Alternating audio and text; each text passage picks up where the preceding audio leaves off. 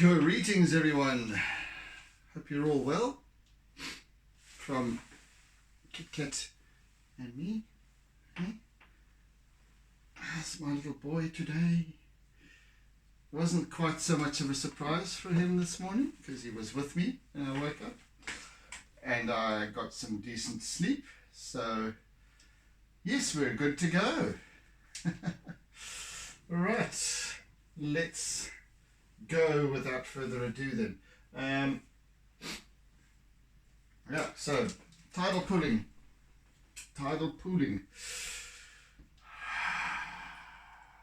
Let's work up here at the top.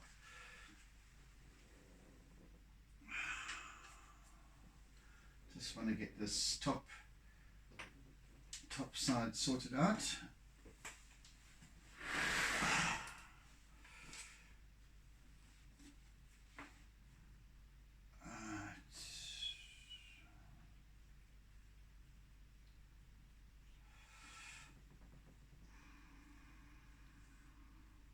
Lots of little interesting, curious walkways and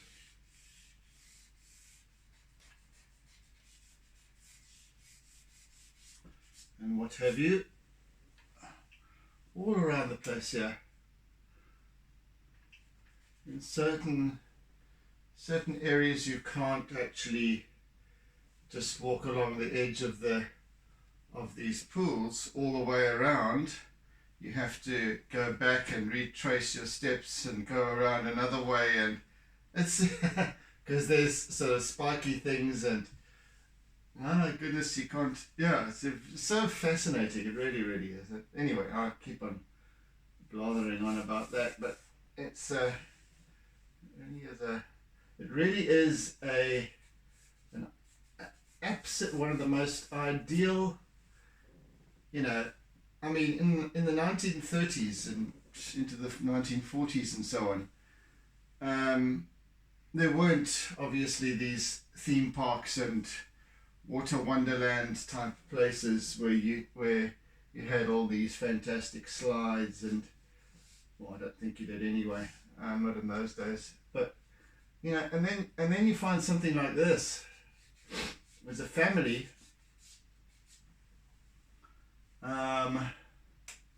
it must have really appealed to the imagination of the kids. It certainly appealed to my inner child. Never mind anybody else's, but it's one of those sort of places that it's been so well thought out in terms of its design and structuring, etc. But it kind of also looks natural. It's very sort of what's the word to use, or the phrase, or the term for how this place has been designed. I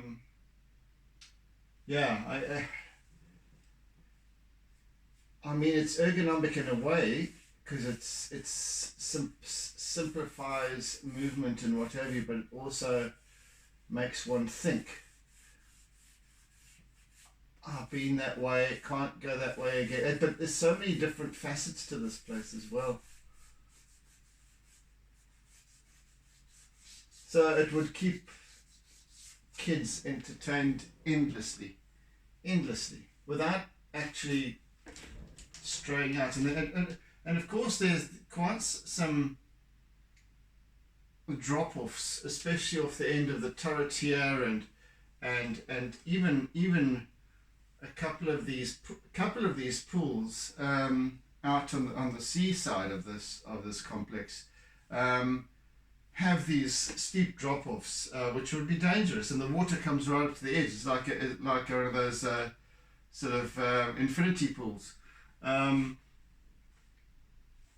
The infinity pools of 190 years ago,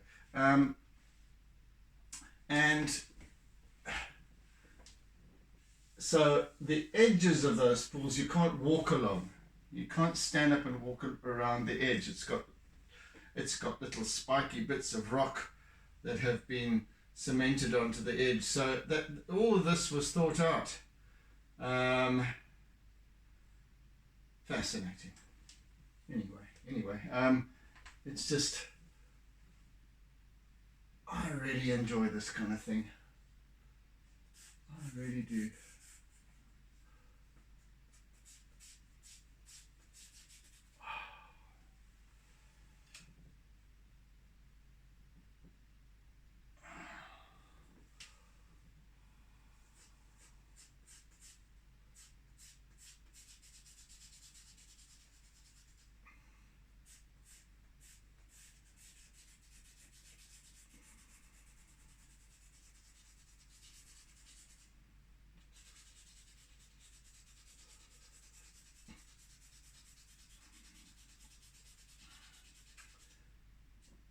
Very kind of rough and rudimentary, of course, but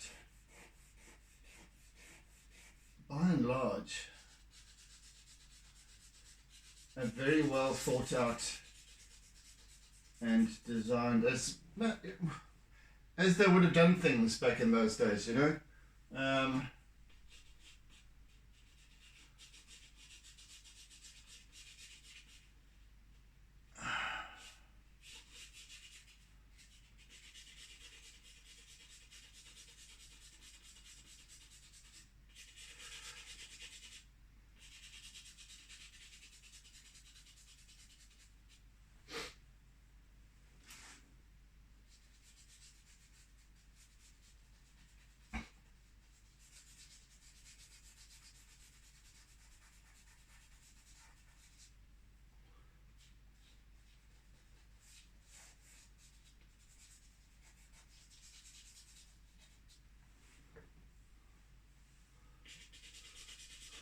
Not going to be paying too much attention to detail with this little tower thing, but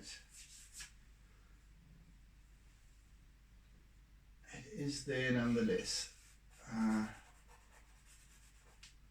So the towers were, most of this is constructed out of stone, actually. So you can imagine very solidly built.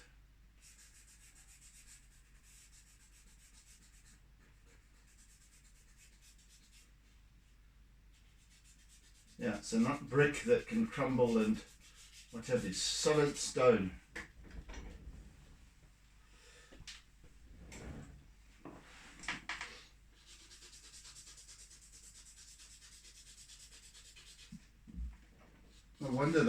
No wonder this has stood for so long.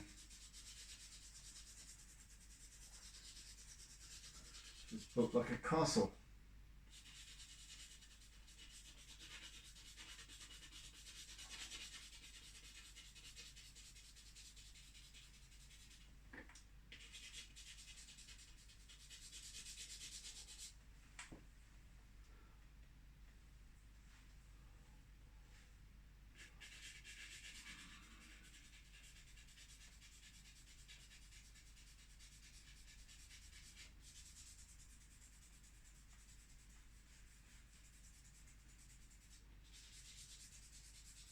Hey, Kit.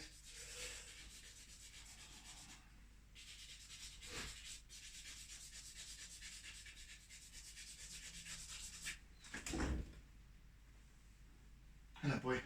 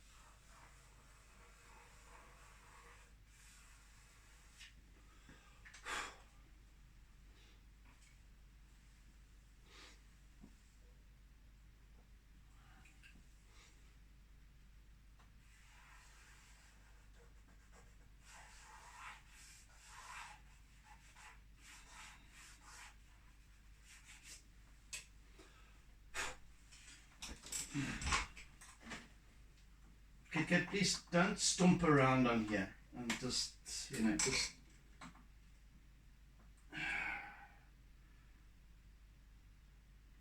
Come on. Come on, stop stomping around. And now he's going to do it on purpose, of course, because I've asked him not to.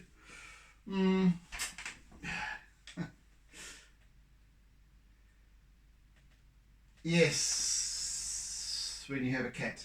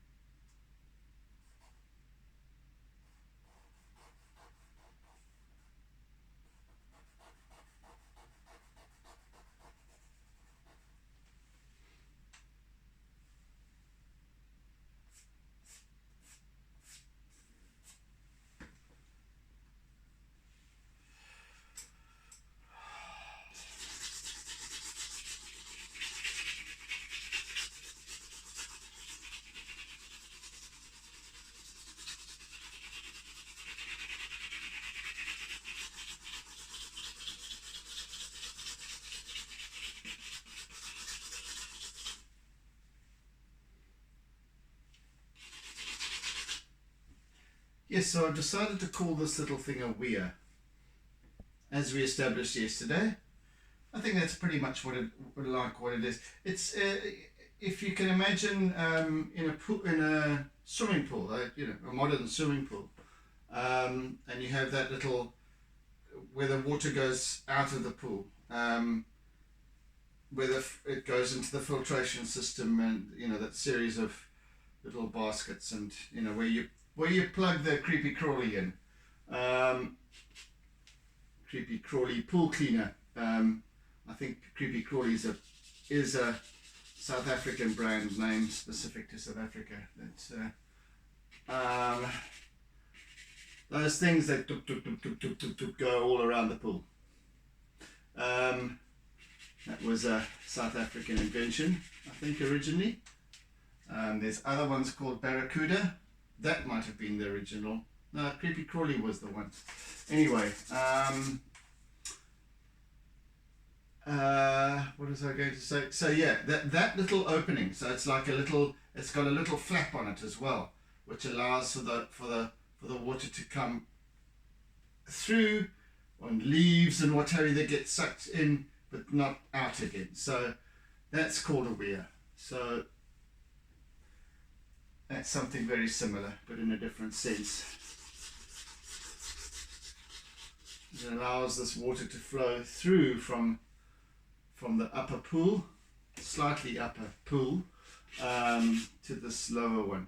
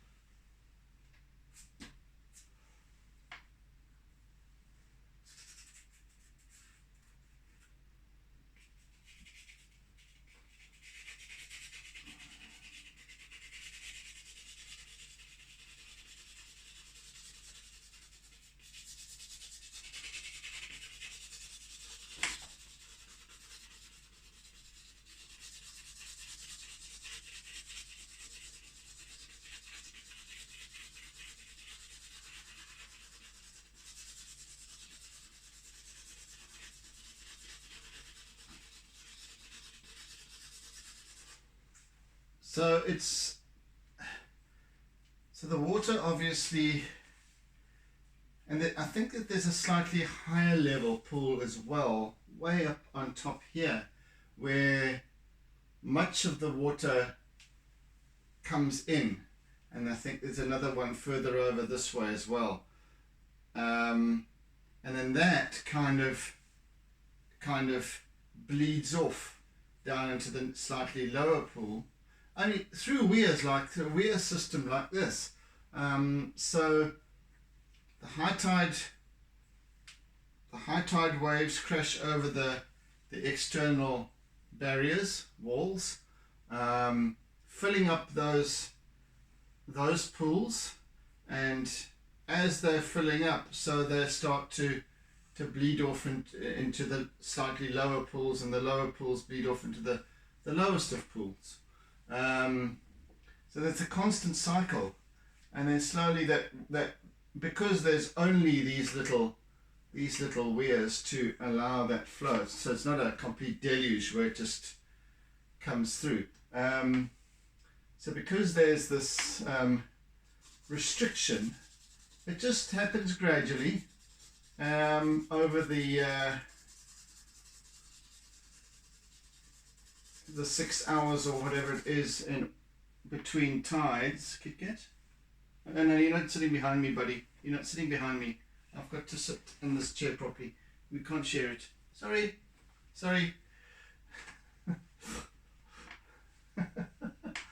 Really, there's a whole skirtle of places to perch. I mean, here's one right here. You've just been sitting here. So come and sit.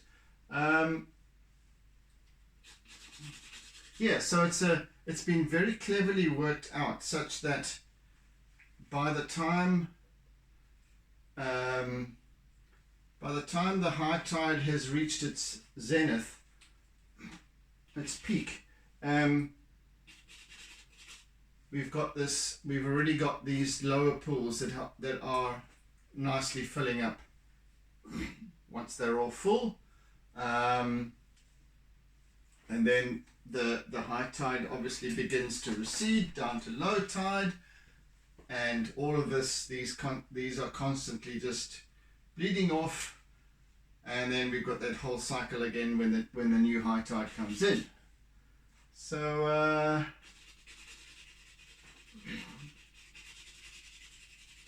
really cleverly worked out, and this just for and imagine though that in those days,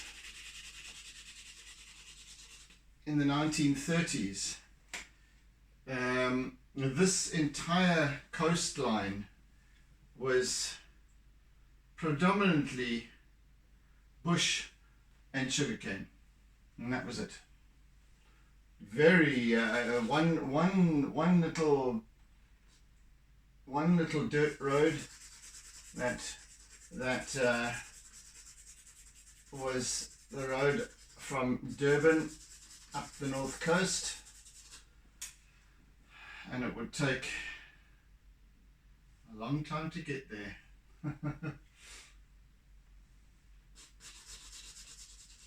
So this was definitely and obviously built for locals. And Kit Kat, come on now, buddy. Jeez, like, man, you're just messing with stuff here. Come on, leave the damn lights alone. Come and lurk over here, please. Good Lord, he's fussing today.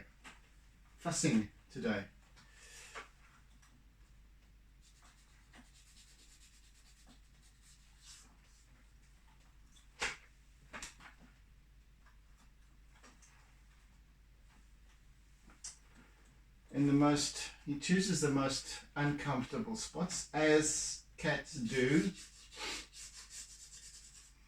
and then settles it. He kind of, I think cats flow. Cats are liquid. I saw the other day. They seem to be able to just, what's that stuff called? Goo. I don't know what it's called. That stuff that kind of, that mulchy sort of plasticky silicon stuff that just blends into the whatever crevices and spaces. Cats are that. Cats are made of mulch or whatever, goo, whatever it's called. I swear it. They just fit into the most awkward places and then look absolutely comfortable somehow.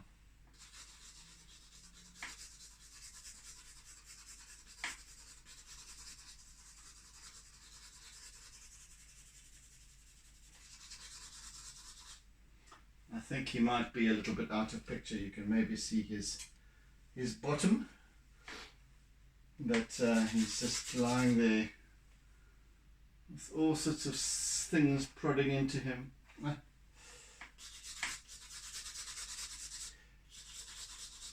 Yeah, so here was this little place of wizardry.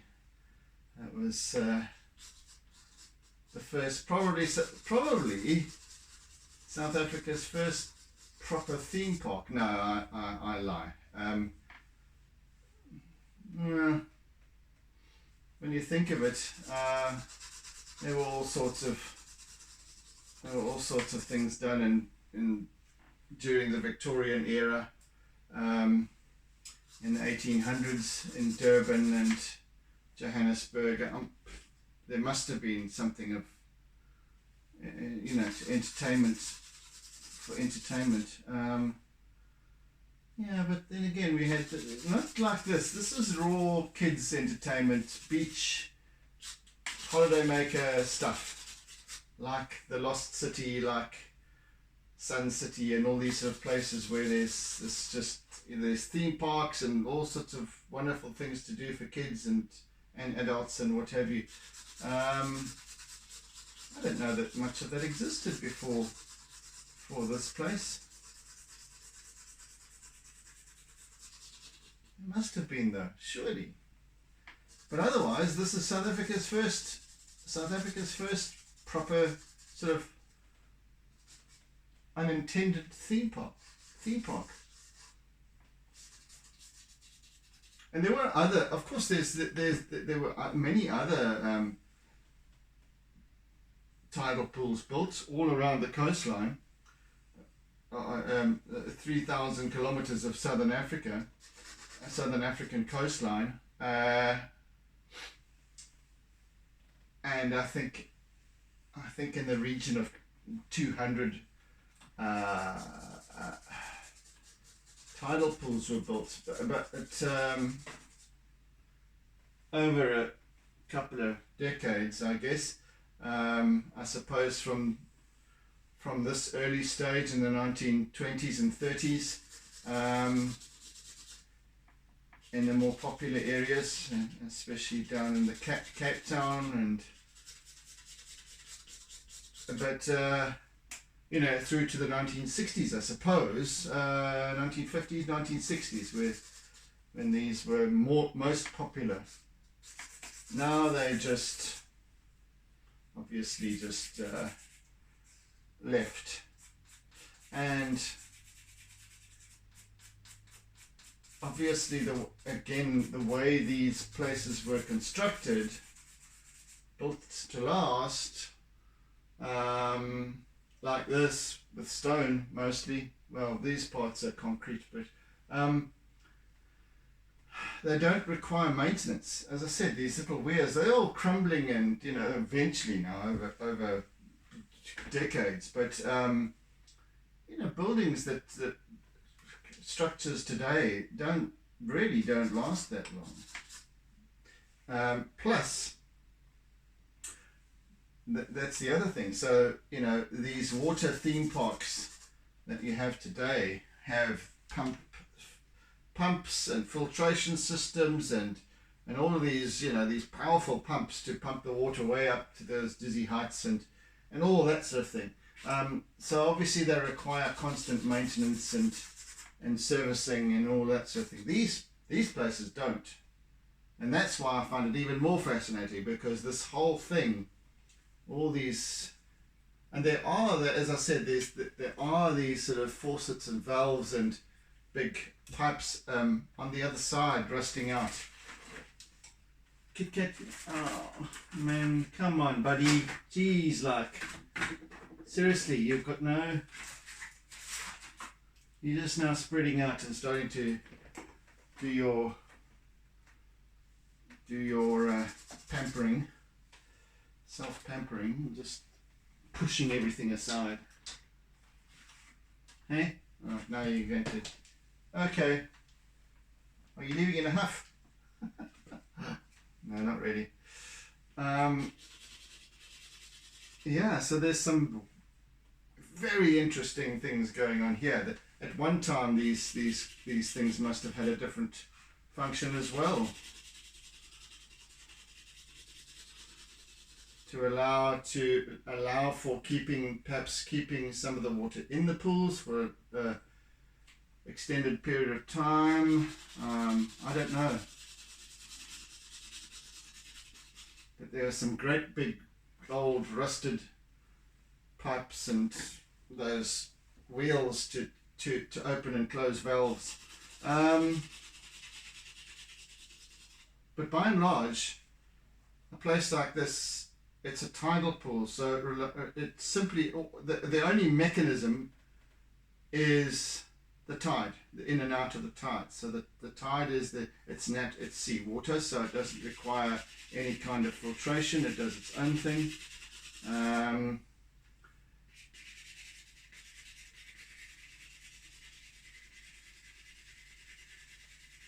It doesn't require any maintenance because it's just the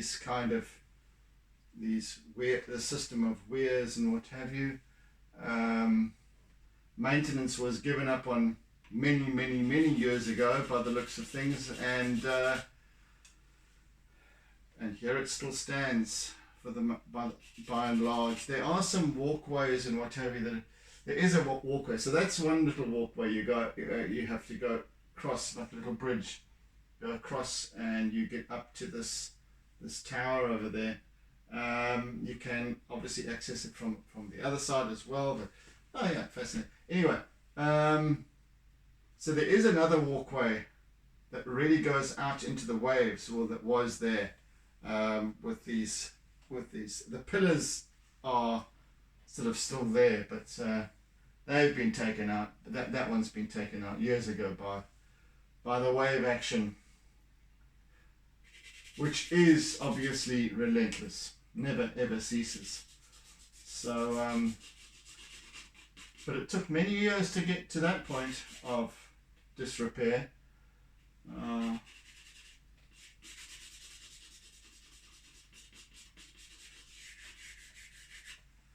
So a wonderful place indeed, really is, in terms of how it was thought out and laid out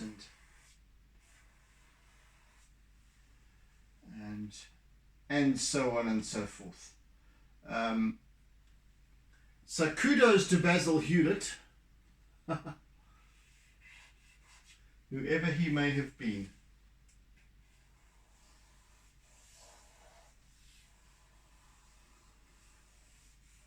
I would imagine that he was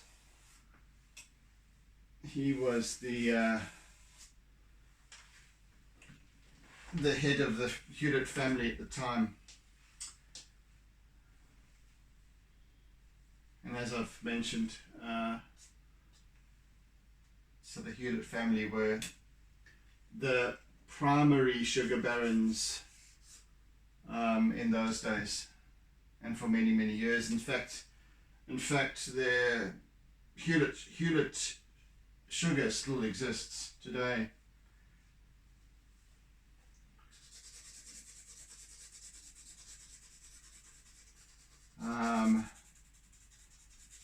And they really were they were really barons, because it actually beggars belief, because the amount of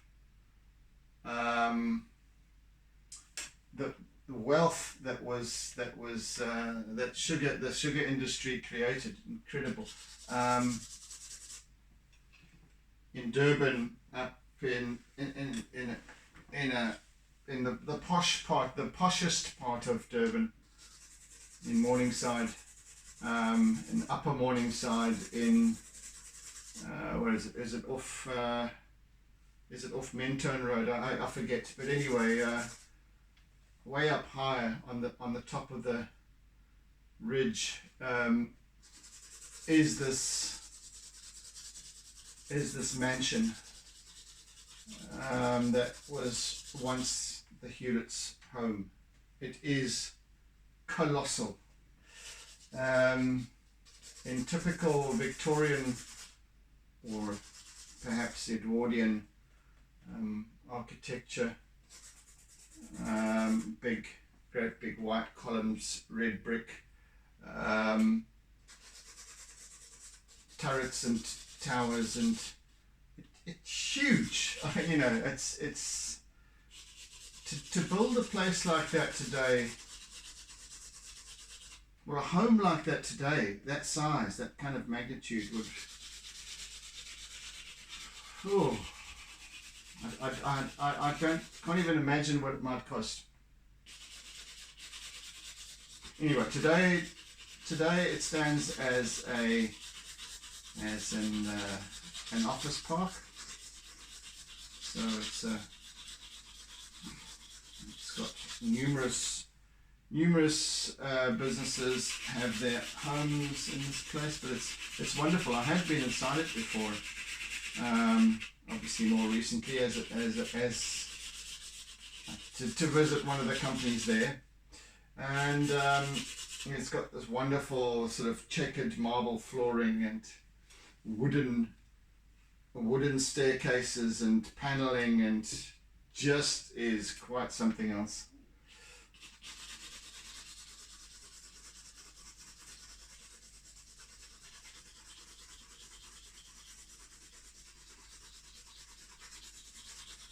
And from its backside, sort of overlooking Mitchell Park, which was the sort of Victorian era little zoo, and still kind of is a zoo, but it's nothing like what it was in its heyday with Nellie the elephant and what have you.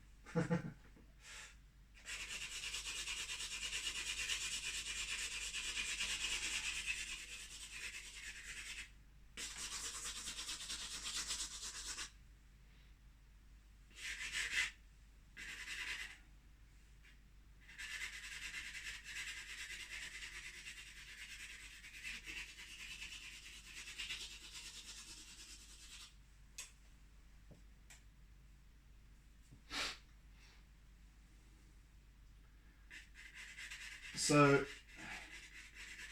Durban was very much a colonial city, and obviously the hub of commerce and trade for Natal, the province. The capital, obviously, of Natal was, and still is, KwaZulu-Natal's capital still is Pietermaritzburg.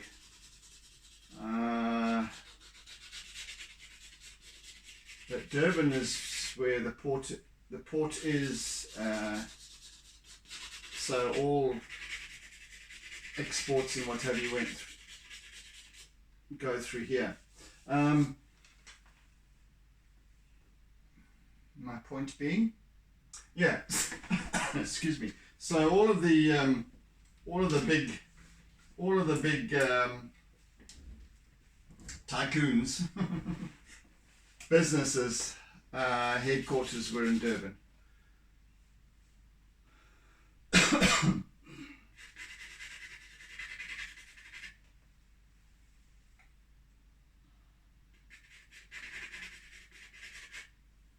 So any and of course in the days where gold mining and what have you was prolific up in the Vaal, in the Gold Reef. All of that was then, and coal and all of that stuff, it would have been transported, especially in the coal mining regions of Natal. Obviously, all gets transported would have been transported by train through to Durban ultimately, and then exported from there, or perhaps in terms of gold and what have you, from the Transvaal through to the Cape. I don't know.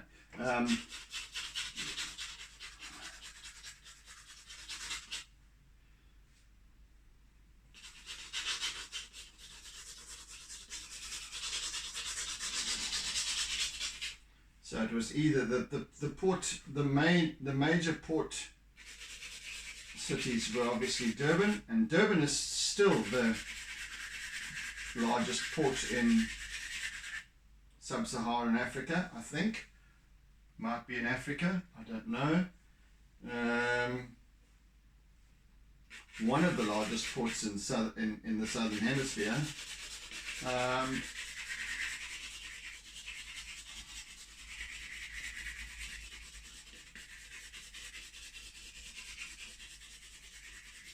Anyway, a lot of trade went through Durban, and still does. But the sugar industry in those times was huge. Obviously, we had sugar coming from the Caribbean, South America. I think South America today is where is Brazil. I think are the forerunners in terms of the sugar industry, in terms of its technology and all that sort of stuff, and they've kind of taken over globally. So places like Mauritius and what have you, which were also at one point quite heavy hitters in terms of sugar, are now no longer, and Mauritius has had to rely more on tourism.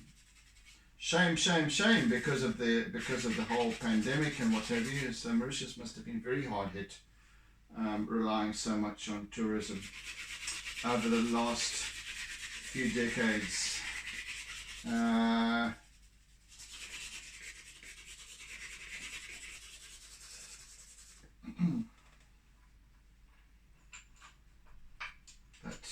But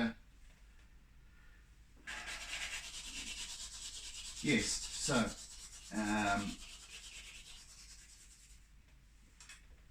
much of KwaZulu-Natal, especially the coastal regions, right from Port Edward in the southern end, right up to, goodness me, how far north would the sugarcane have gone? And still does, perhaps to a degree. Sinkwazi, maybe further even north than that. Tugela, up until the kind of the real borders of the Zulu nation.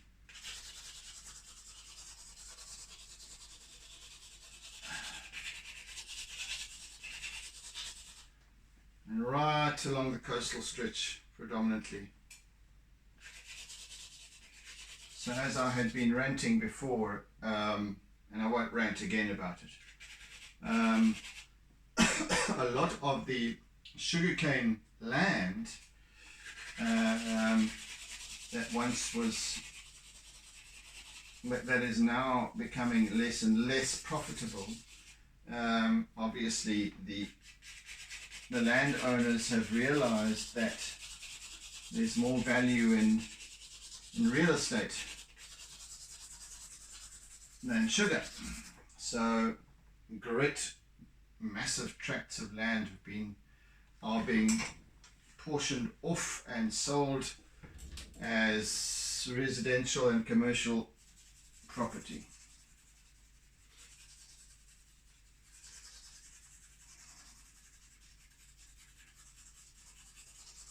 Which is, you know, well, I guess it has to happen.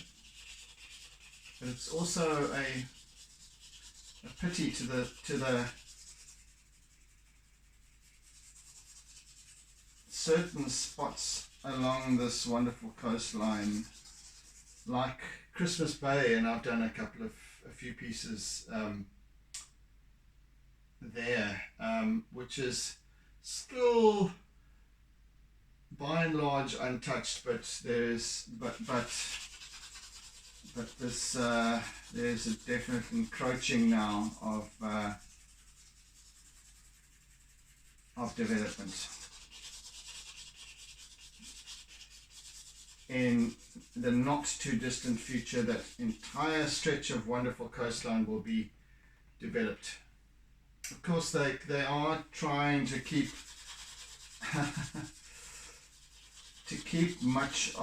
as much as possible of the indigenous coastal subtropical forestation,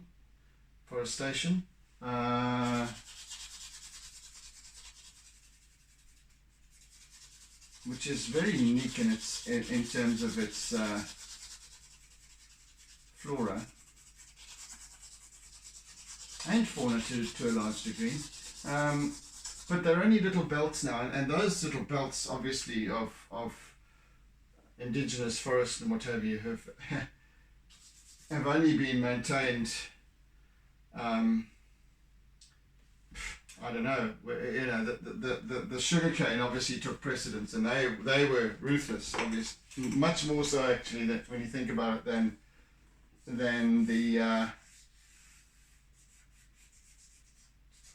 than development today, property and what have you, commercial development. I mean, in those days, you know, it was money to be made, and great big massive mansions to be built. So they just ruthlessly carved out their sugarcane lands.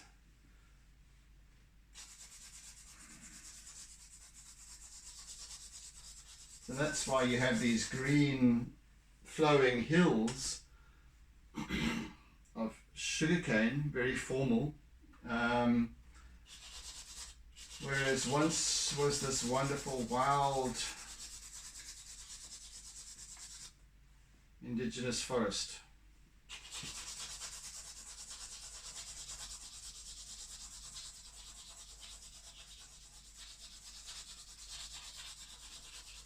Right, I think it's time to put a little bit of colour in. What do you say? What should I start with? I'm going to do a wedge of colour up top there. What should I use though? What should I use? I'm thinking this indigo. Let me just try that for a start. No, not that. Okay, so we'll do let's be quite. Let's try two colours here. I'll just do this.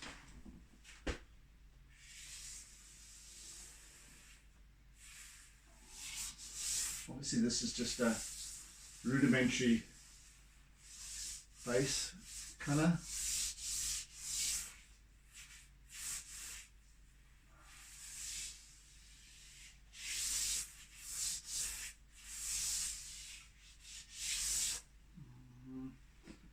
Shall do some of this dark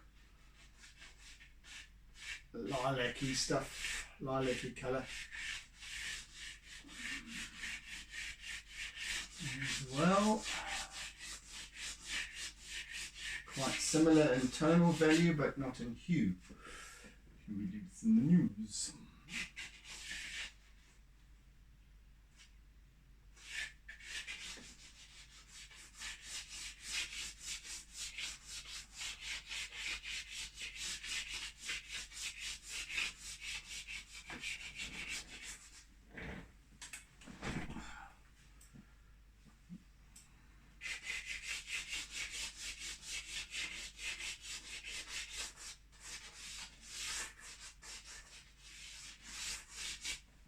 So, send your kids over for a history lesson of Natal and the Sugarlands of Natal.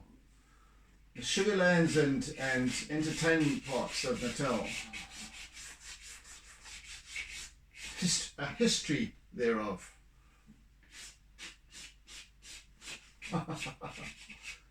Much of it is assumption, probably much like the schooling system as they stand.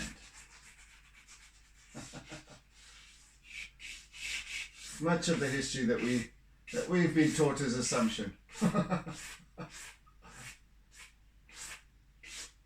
And then we find out decades later that, oops, maybe not so true. Anyway, we all love history, don't we? Well, many of us do.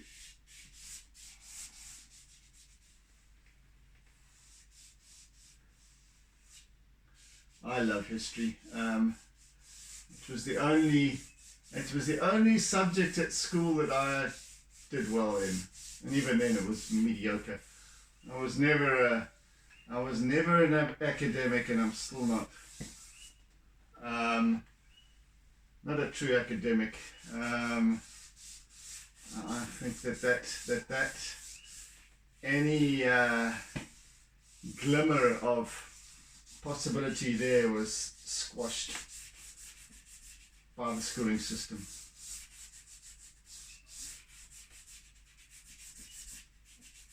Anyway, I don't regret it. Not at all. Right, that's a decent start there. Let's put a little bit of mauve in there as well. And a little bit of light blue after that. Oh, you can hear the painted reed frogs.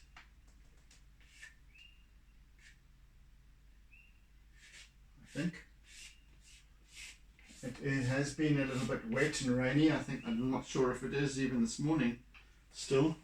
But we are experiencing a rainy spell in Durban and surrounds. Okay, where's that little colour? Come on, guy.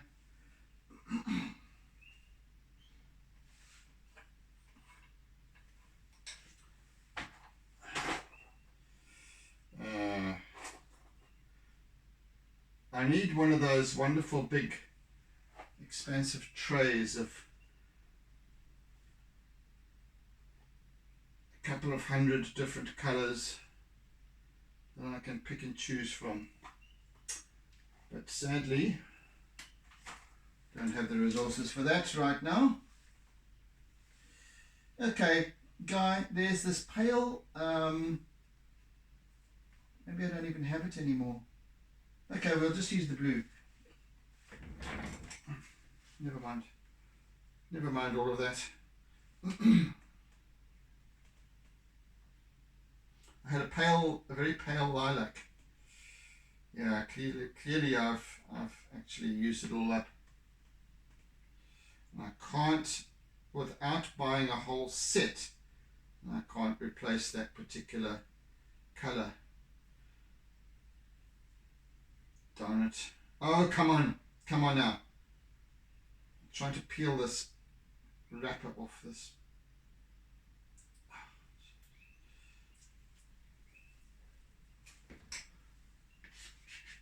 Right.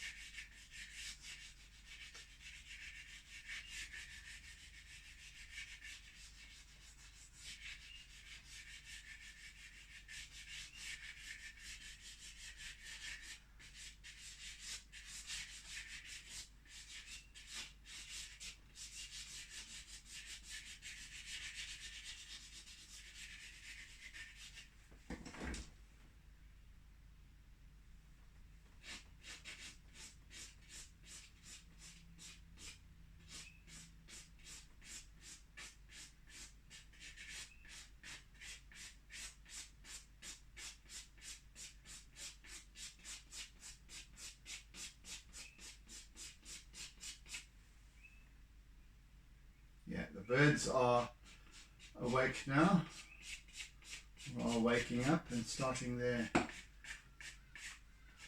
ritual song for the day.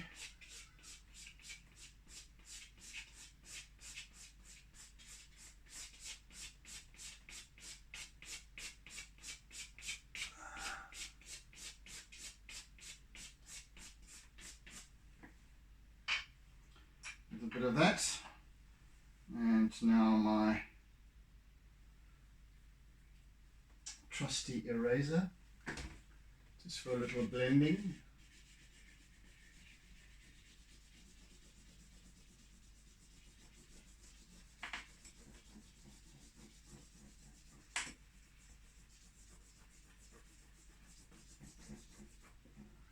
What is this creaking?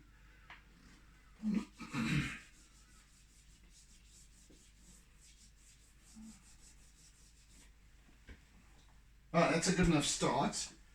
That will lighten considerably as we go forward. Let's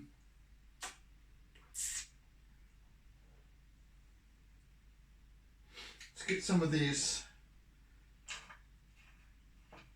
umbers and oranges and greens and yellows going, I think.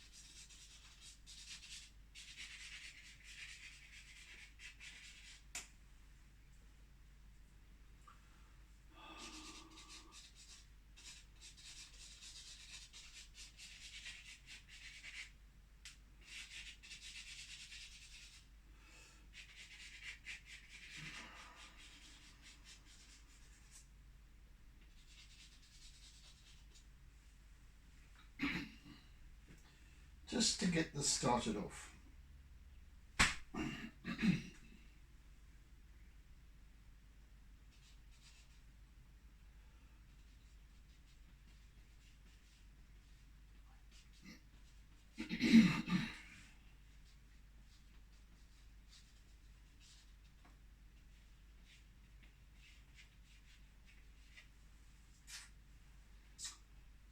Chocolat.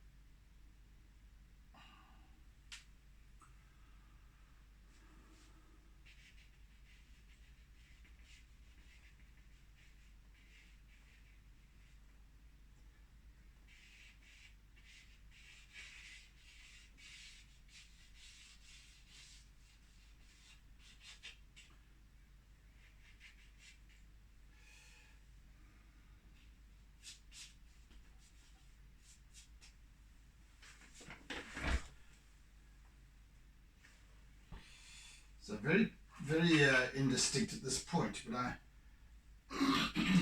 I've said there's this wonderful gold that seems to essence that seems to shine through for me. What is it about that?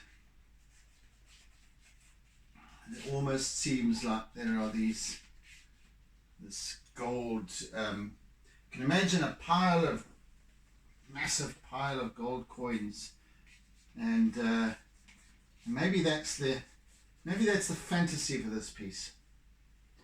The fantasy that I'm feeling about it. And I said from the start, imagine a kid, like a Treasure Island thing. You know, a child is their imagination, these castles and this wonderful place to explore. And then underneath the surface, underneath the water, and as these pools fill up and get deeper, and you get this, obviously the yellow sand on the base, on the floor of the pools, now it starts to reflect the sunlight, catch the sunlight intermittently with the shadows caused by the surface and the ripples of the water. So you've got this wonderful mottled glow coming from the bottom of the pool, perhaps signifying treasure. So it's kind of what I want to start bringing through here is this lovely mottled glow.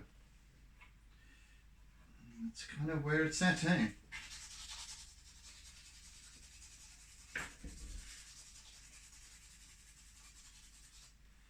And I need some of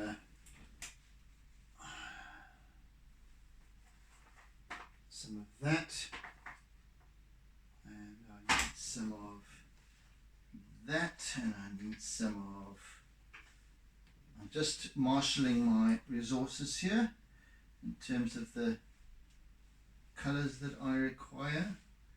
Where's the other one of this that I don't have to start a new one?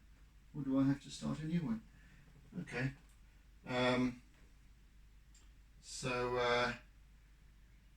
You know, if you look at gold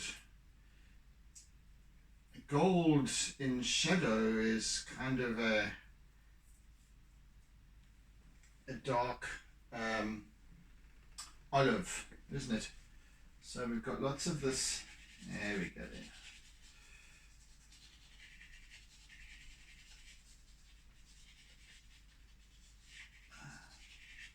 Right, that'll do for that perfectly. Let me just continue with this. Oh, we're nearly out of time though. So just a hint of gold, hint of treasure for our little wonderland.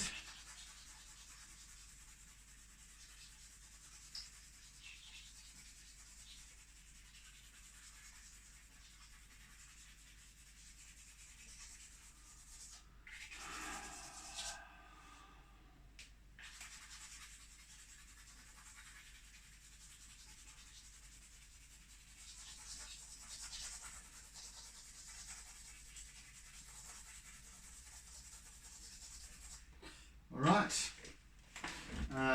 let's just quickly do a little bit more of this.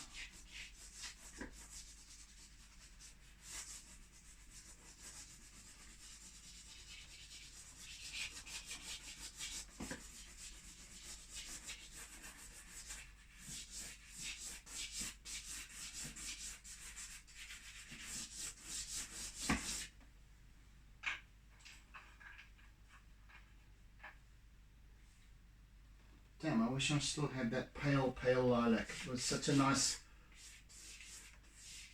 complementary colour to the pale blue. Worked so well together. Very similar hue, but it's very similar. Yeah, very similar. Shade, but a different hue.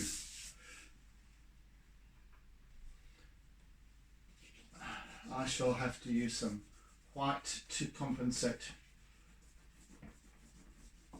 Not today though. However, Right, that'll do for now. Yes. Okay, folks, we're done for the day, and hope you've enjoyed the history lesson, the history assumptions, yes. So thank you for bearing with me. Thank you for keeping me company, and so yes. Hope you've enjoyed the process today. It's taken it a little step further with the addition of some colour, a little wedge of colour mostly.